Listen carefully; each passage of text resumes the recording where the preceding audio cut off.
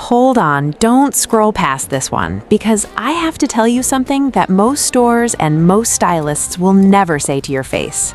If you are petite, if you are proudly over 60, and if you have ever stood in front of your closet thinking, why doesn't anything fit me the way it fits the mannequin? I promise you, by the time this video is over, you are going to know exactly why and exactly how to fix it tonight with blouses you already own hanging right there in your closet. Think back to the last time you fell in love with a blouse in the store. Maybe it was hanging right there on the mannequin, catching the light, and you thought, that is exactly what I need for church, or for lunch with the girls, or for that granddaughter's graduation coming up. You brought it home, you slipped it on, you stood in front of the mirror, and something felt off. The collar sat wrong, the sleeves swallowed your hands. The whole thing hung on you instead of skimming over you the way it did on the model, who, let's be honest, is usually about 6 inches taller than most of us and 30 years younger besides. And instead of feeling pretty, you felt swallowed up, almost like you were playing dress up in somebody else's clothes. And that blouse ended up shoved to the back of the closet with the tag still hanging off the sleeve, waiting for a day that never comes. Now, I want you to really hear this next part because I say it to every single woman who writes to me feeling discouraged about her wardrobe. Your body did not do one single thing wrong, not one. What went wrong is the proportions of the blouse. Most blouses on the rack are drafted for a woman who is 5'6" or taller, and when you are petite, every seam, every sleeve, every collar lands in the wrong spot on your frame, no matter how much the size tag says it should fit. I hear it in the comment section constantly. Women telling me they've simply given up on blouses altogether and gone back to the same 3 tops they know are safe because trying anything new feels like a gamble they're tired of losing. I understand that completely, but I also want you to know it doesn't have to stay that way, and it isn't nearly as complicated as the fashion magazines make it sound. Dressing well after 60 was never about hiding under yards of fabric, and it was certainly never about following some tired old rule about what women our age are supposed to wear. Real style, especially at this age, comes down to proportion. It is almost a formula once you understand it, and once you know where the lines are supposed to fall on a petite frame, you can walk into any room and let your presence walk in first before your blouse ever gets a word in edgewise. Here is something I wish somebody had told me 30 years ago. Being petite is not something to apologize for, and it is not something to work around. Once you understand these little tricks, it becomes your biggest advantage, because a petite frame takes structure and tailoring beautifully. Today, I'm walking you through 7 of my favorite blouse styling tips. Tips that will lengthen your line, brighten your whole look, and have you feeling completely put together, starting with the very next blouse you put on. No seamstress required, no shopping trip, not a penny of new spending. Just small, deliberate adjustments you can make tonight in your own bedroom. Stay with me all the way through because tip number 4 is the one I hardly ever see anyone else talking about. And for a lot of you watching, it is going to be the single biggest change you make to your wardrobe all year. But we have to build up to that one properly. So let's start right at the top with your neckline. Tip number 1, and it might be the fastest transformation on this whole list, is your neckline. When you are petite, a high crew neck, a stiff button-up collar buttoned all the way to the top, or a heavy turtleneck can box you in more than you realize. They cover up your neck, which shortens your entire upper body, and they can make your torso look stacked, almost compressed, like there isn't breathing room between your chin and your chest. If you have ever slipped on a blouse and thought, why does this make me look shorter? Or why does this feel so heavy on me? A closed-up neckline is very often the real culprit, and nobody ever warns you about it. The fix is what I like to call the collarbone rule. Open the neckline just enough to reveal your collarbone, and you create one long, unbroken line that the eye can travel up and down, which reads instantly as a longer neck and a taller frame. Now, this does not mean anything low or dramatic, ladies. A soft scoop neck, a gentle V, a wrap-style blouse, or simply leaving the top button of a crisp shirt undone does the job beautifully. It softens your whole face, it lets a little light reach your collarbone, and it looks timeless rather than trendy. Try it tonight, right there in your mirror, and watch how much taller you look in about 3 seconds flat. And while we're on necklines, let me give you a little accessory secret that goes hand in hand with this one. Once you've opened up that neckline, a pair of drop earrings, even something simple in gold or pearl, will carry the eye even further upward, right past your collarbone and up to your face. It works like a set of bookends for the vertical line the open neckline already started. Just steer clear of a heavy statement necklace piled on top of an open collar, because that tends to cut the very line you just worked so hard to create. One or the other, ladies, not both fighting for attention at once. Now that your neckline is working in your favor, let's talk about the second thing that trips up nearly every petite woman I know, and that is your shoulder seam. Have you ever bought a blouse that looked absolutely perfect on the hanger, but the moment you put it on, your shoulders seem to disappear? That is very often not your shoulder's fault at all. It is the shoulder seam. Most blouses are cut with what is called a dropped shoulder, meaning the seam where the sleeve attaches sits an inch or two past where your actual shoulder bone is. On a taller frame, that extra bit of fabric hardly matters, but on a petite frame, a dropped seam makes your shoulders look narrow and sloped, and honestly, it can make the whole blouse look like it is wearing you instead of the other way around. Here's the shoulder point rule I want you to remember. Run your fingers along the top of your shoulder until you feel the little bone right where your arm meets your torso. That is exactly where a seam should sit on a petite frame. Next time you're trying on a blouse or even shopping online, check where that seam actually falls. If it hangs off the edge of your shoulder and onto your arm, put it back, no matter how pretty the print is. When the seam sits right at your shoulder point, your whole upper body reads structured, polished, and noticeably taller, and you did not have to alter a single stitch to get there. This is also why a fitted little cardigan or a soft, structured blazer, one that sits at your actual shoulder point, can do wonders layered over a blouse that runs slightly too big through the shoulders. It quietly corrects the line without you spending a dime on tailoring. Slip it on, leave it open, and let it frame you the way a good picture frame sets off a photograph instead of competing with it. Once your shoulder seam is sitting where it should, the very next thing to look at is where your sleeve actually ends. And that's tip number 3. You already know this problem if you've ever bought something labeled a standard size and found the sleeves were somehow 2 inches too long every single time. They swallow your hands, they bunch up at the wrist, and they drag your whole upper body downward with fabric you simply do not need. The rule to remember here is the wrist bone rule. Your sleeve should end right at that small bone on the outside of your wrist, not an inch past it, and never covering your hand. That spot happens to be the narrowest part of your entire arm, so ending the sleeve exactly there keeps your arm line looking long and elegant instead of chopped off or swallowed whole. If you already own blouses with sleeves that run long, you don't need to hem a single one. Just give them one clean fold or a soft roll-up to the wrist bone. It takes 10 seconds. And here's a little bonus nobody mentions. That fold happens to be the perfect place to show off a nice watch or a stack of bracelets, right where people's eyes naturally land when they're talking with you.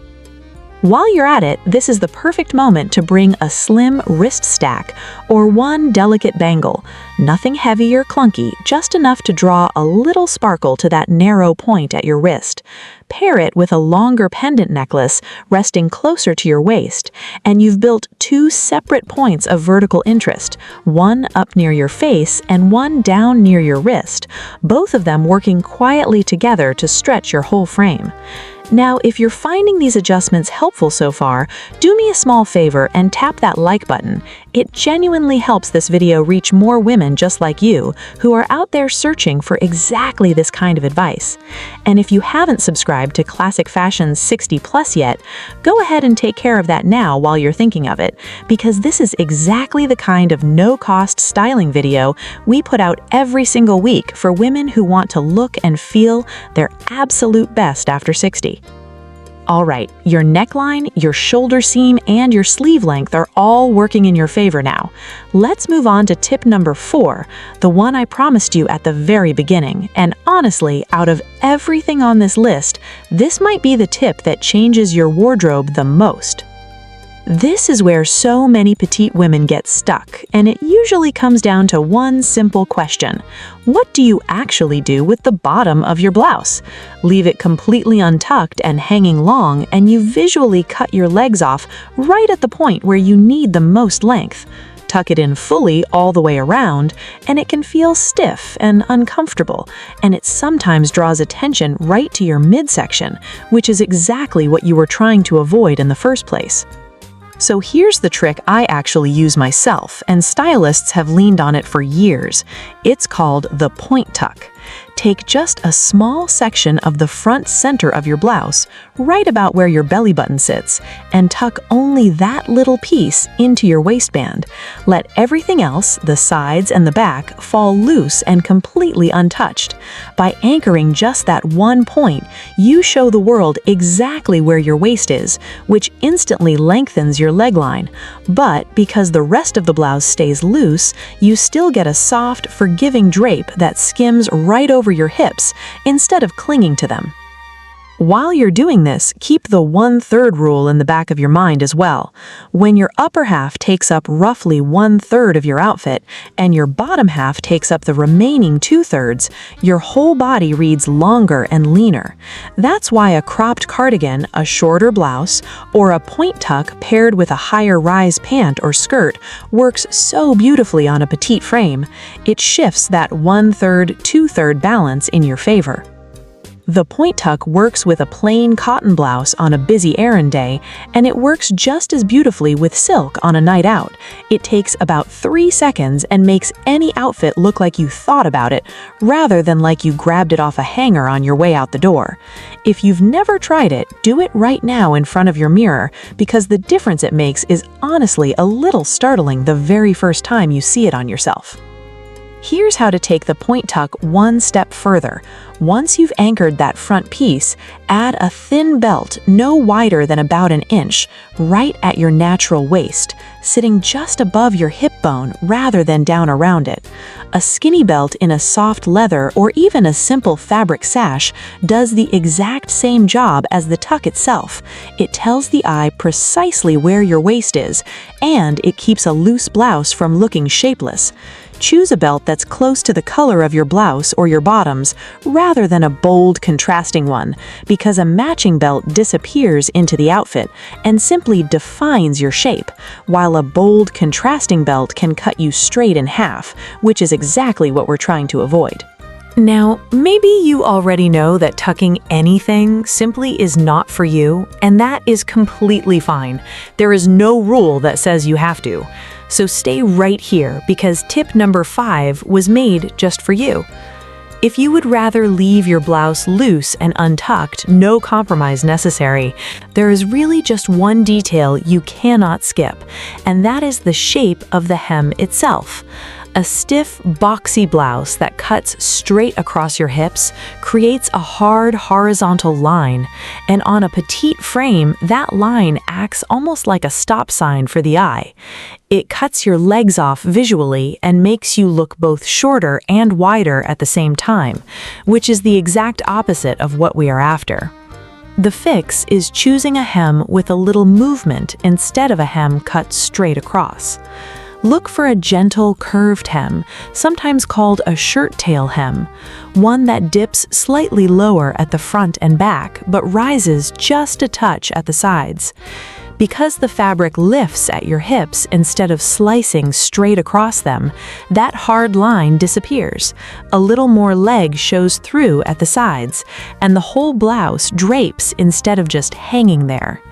This one detail matters enormously with lightweight tunics and breezy linen blouses especially, the kind you might reach for in warmer weather. Next time you're out shopping, before you even try something on, run your hand along the hem.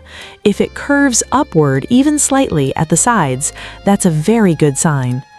One more thing while we're talking hemlines, pay attention to what's happening down at your feet too, because the two work together.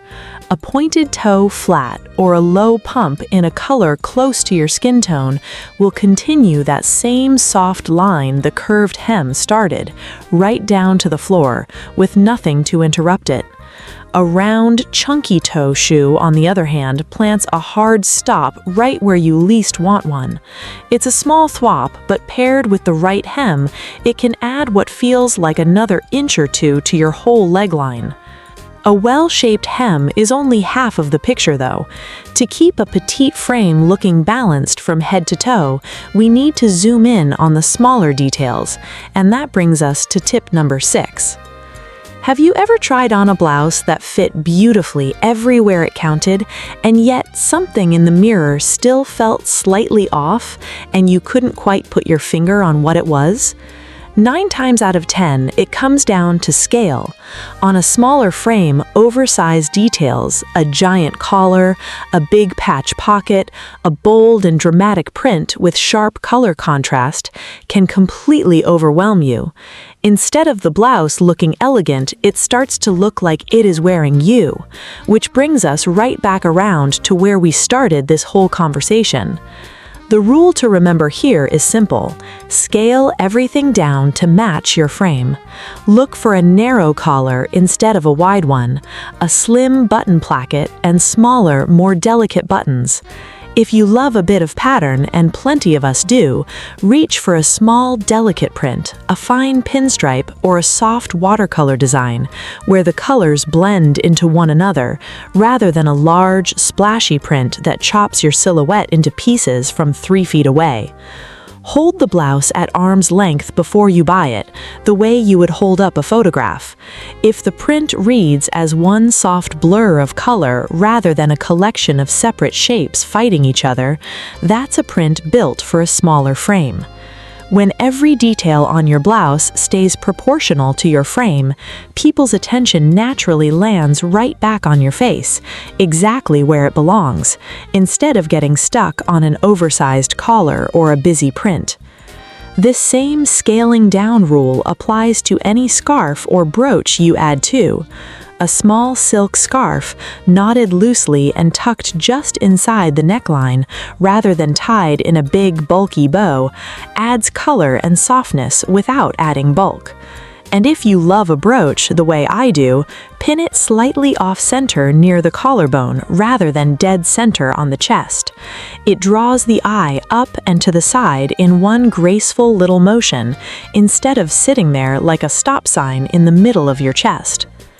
So far, we've covered your neckline, your shoulder seam, your sleeve length, the point tuck, your hemline, and the scale of your details. But the 7th and final tip might be the most important one on this entire list, because it decides how well every single one of the other 6 actually performs on your body. This is fabric weight, and once you understand it, I promise you will never shop the same way again. You can get the neckline exactly right and the sleeve length exactly right, but if the fabric itself is too stiff or too heavy, none of those other tips will work the way they're supposed to. Heavy, stiff fabrics, thick cotton poplin, starched broadcloth, heavy denim, tend to stand away from your body rather than moving with it. On a petite frame, that creates what stylists sometimes call the tent effect, and it makes you look boxier and wider than you actually are, even when every seam has been cut perfectly. What you want instead is a fabric that flows with you when you move. Silk, rayon, a good quality viscose, or a soft washed linen blend don't add bulk. They skim right over your body and fall into one smooth vertical line that lengthens your whole silhouette without you having to do a single extra thing. Here's a little trick I use every time I'm shopping, and I want you to try it for yourself this week. Take the fabric and fold a small section of it over your finger, the way you would fold a piece of paper, then let it go. If it holds a stiff, crisp crease, put it back on the rack. But if it unfolds softly and falls like a ribbon, that's the blouse you take home. One last note on fabric before we wrap up. If you like to layer a cardigan or a light jacket over your blouse, and most of us do, especially once the weather turns, try to match the weight of the two pieces. A flowing silk blouse under a heavy structured cardigan can fight itself, one half of you moving softly, the other half standing stiff. Reach instead for a lightweight knit or an unstructured cardigan that drapes the same way your blouse does, and the whole outfit will move as one continuous line instead of two competing ones. Now let's bring all 7 of these together, because here is the truth sitting underneath everything we talked about today. Style after 60 was never about trying to look taller just for the sake of it, and it was certainly never about disappearing behind extra fabric out of fear of being noticed. It is about honoring the woman you actually are right now, feeling completely at home in your own skin, and letting your clothes finally catch up to the confidence you have spent a lifetime earning. When a blouse fits your real proportions instead of some generic size chart from a factory that has never once met you, something shifts. You stand a little taller, you feel unstoppable, and believe me, it shows. I think about all the years so many of us spent believing that getting older meant getting quieter, that our clothes were supposed to shrink right alongside some idea of how visible we were allowed to be. I don't believe that anymore, and I hope after today you don't either. A well-placed neckline, a sleeve that ends exactly where it should, a little tuck at the waist, these are not vanity, they are simply respect. The same respect you would give any other part of your life that you care about. You have earned the right to walk into a room looking exactly like the woman you know yourself to be on the inside, and every single tip we covered today is just a tool to help the outside catch up to that. Now I really want to hear from you. Which of these 7 tips are you going to try first? Are you already devoted to the point tuck, or is the curved hemline the one you're going to test on your very next shopping trip? Tell me down in the comments, because I read every single one of them. And honestly, some of my very best videos on this channel started out as a comment someone left, just like the one you're about to leave. If this video helped you look at your closet a little differently today, I would love it if you would do 3 small things for me before you go. Give the video a thumbs up. It genuinely helps Classic Fashion 60 Plus reach more women just like you who are out there looking for exactly this kind of guidance. Send it along to a friend who needs to hear that her body was never ever the problem. And if you have not already, go ahead and subscribe, because every single week I share another styling secret made specifically for women over 60 who have absolutely no interest in fading into the background. And here's something worth knowing before you click away. Next week, I'm covering the one color mistake that can make even a perfectly tailored blouse look 10 years older, and it has nothing to do with what you would expect. It isn't about wearing dark colors or light colors. It's something almost nobody talks about, and once you see it, you'll spot it in half the outfits in your own closet.